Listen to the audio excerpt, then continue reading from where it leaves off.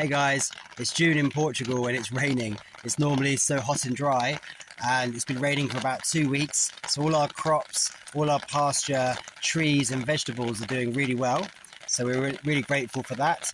But tonight is the last night of our permaculture and yoga retreat, and we always do a pizza party in this stone oven. It's a really old, nice stone oven. So I'm sitting here under an umbrella in the rain, trying to keep a fire going with soaking wet wood. And then tonight I'm going to cook pizzas in the rain for everybody.